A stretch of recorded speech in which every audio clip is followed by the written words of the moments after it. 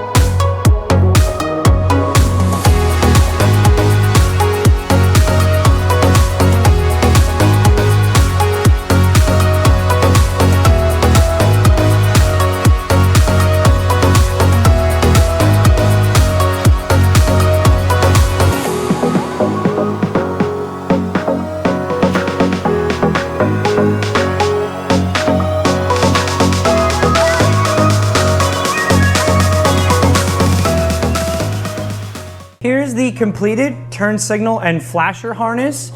We also had to add a couple wires into our main fuse blocks. We had to put a turn signal wire and a hazard wire switch in there, which both will go to the hazard switch. One is for the turn signals, the other will be for the hazards. That's the wiring on the fuse block.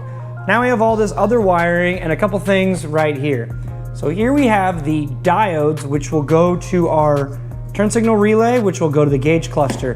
These diodes only allow voltage to flow in one direction. So it's very important that you follow the directions labeled for which way to have these diodes in the circuit. I have actually labeled them. One says to the dash relay, and the other one says from the turn signal dash info wires, which these are the wires that are going to tell the gauge cluster to turn on the turn signal light in the instrument cluster. You have a relay here that will also, this is what goes to the dash gauge cluster light that will cause the light in the cluster to turn on. You also have an LED flasher relay in your main fuse block as well. And then all of the other wires go to the bulbs and the flasher unit.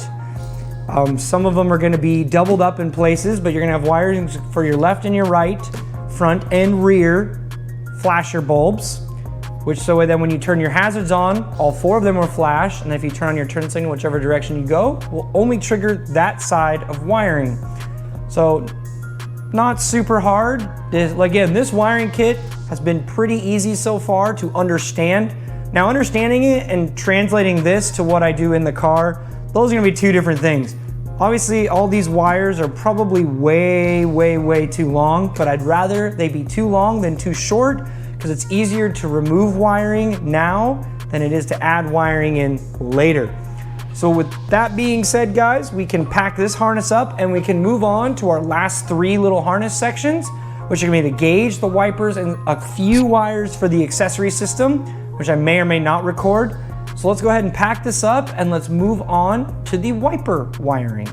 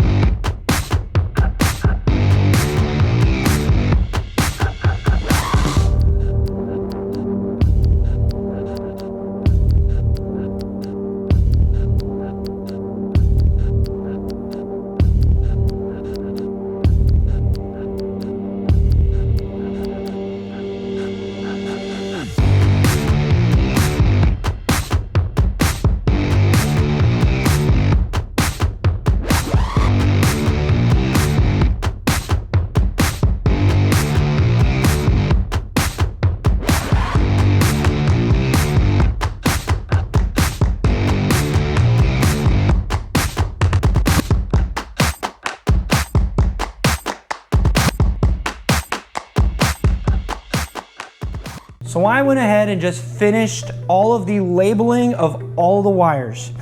So the gauge wiring and the wiper wiring and actually a couple of accessory wires have all now been labeled and installed. So let's start with the fuse block. What I added to the fuse block now is a wiper power, a radio 12 volt full battery power. I've also added a gauge power wire that will power up the gauge lights. Sorry, not the gauge lights, but it'll turn on some of the lights to the gauge cluster. So that has all been added. We also have everything we need here to make the windshield wipers work, minus the washers because that system's gone off this car.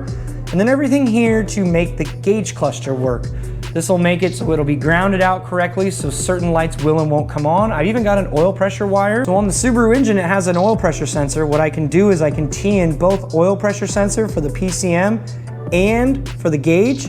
So that way then it will have a oil pressure light if it does lose oil pressure while he's driving. I wasn't originally gonna do this, but I was like, you know what? I've got the wire, I might as well add it into the circuit. So I know he will have some kind of feedback to let him know if it is working. I have an alternator warning light as well. I think I can use this. We'll find out, I guess, when I go to wire it, but I think I can use the alternator wiring, but we'll have to wait and see on that one. But that is all of the wiring done, and the fuse block, the fuse box has now been started. We've made a good amount of progress on the fuse box.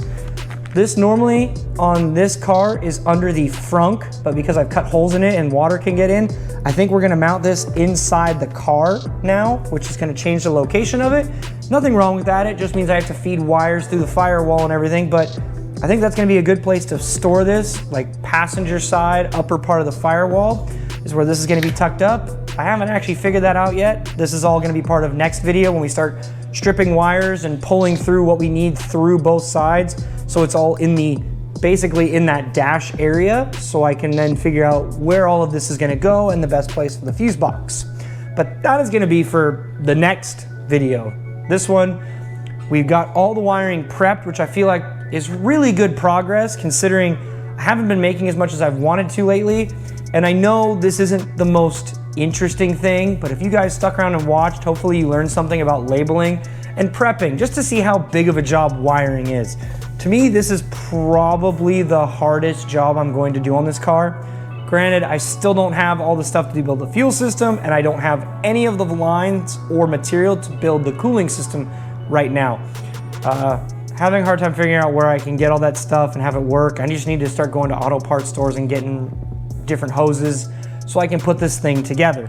But that's gonna be a whole nother challenge I'll probably work on here very shortly. But right now, let's get all this wiring mess cleaned up and we will talk about the next thing going on with this car. We got everything all cleaned up and it's all ready to be installed in the car very shortly. So I am going to ask anyone who's watching this a few very important questions. If you guys have done this swap before, I'm really curious to hear from you guys on where you tapped in your wires for the PCM and everywhere else to make it so that this car will run, have a charging battery, and all those kinds of things that I need to get this engine up and running so it'll work off of the ignition on the car. I'd be really curious, I'm really curious to find out where you guys tap in your wires, because that will help me figure out where I can tap into this new harness that I've built, which it will be very similar to what you guys are doing on my end. So if you guys have done this before, please reach out to me, whether it's on here, Instagram, direct messages, whatever you guys want to do, please let me know what you guys have done. Also, as far as wiring is concerned, if you guys have pulled all the wiring out of one of these cars, I'm just curious to know, is it possible to do it without taking the body off of the frame of the car? I really don't want to have to pull it off because I don't think A, it's going to come off because it's rusty, and B, I don't have the space in here. As you see, I've got a Subaru here and a Volkswagen here. I don't really have a place to put the body if I had to take the body off. So if you guys have done this before, please let me know down below or in an Instagram DM what you guys have done. If you've rewired one of these, the best way to get the wires out, and if you just cut them and hide them all, what way do you rewire it to make it easier to service in the future?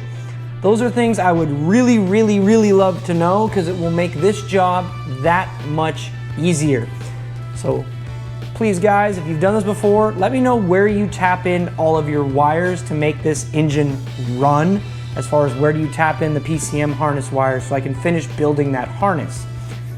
With that being said, that is gonna do it for today, guys. I wanna thank all of you guys for watching and sticking it out through these 2 wire prep videos. Next time, the plan is to start stripping this car of all the wiring and installing all of our brand new wiring and getting things ready to wire and feed things kind of where I think they're gonna go without fully securing anything, because obviously we have to loom everything and make it look pretty. That's part of wiring. So next time we're gonna start that process probably at the front of the car and work our way to the back, because most of the wiring is gonna be in the front, and all that really goes to the back from this harness will be a couple sensors and lighting. So I'd like to do that towards the end because that's gonna be the longer traveling of the wires. So thank you guys all for watching. If you like what you saw, please don't forget to smash that like button. Again, leave me some comments down below, especially when it comes to where the wiring is, how easy is it to get this old wiring out without pulling the body off, if it's even possible at all. Or if you were gonna rewire, where would you run the wires in the car so I don't have to pull the body off? Make sure that you guys subscribe so you don't miss any future videos on this project, and ding that notification bell. Make sure it's on so you guys are notified the minute my videos go live. We're gonna start doing more stuff on the car and less things on this bench now. Hopefully we'll have a few more wiring videos we're gonna have to do here with the ECU and all that stuff, but that will be coming later. Once I get this harness in the car, we're gonna start doing that stuff, or we're gonna work on the cooling and fuel systems, which I have more questions for you guys, which I will address in the next video. Thank you guys all for watching, and I will see you guys in the next one.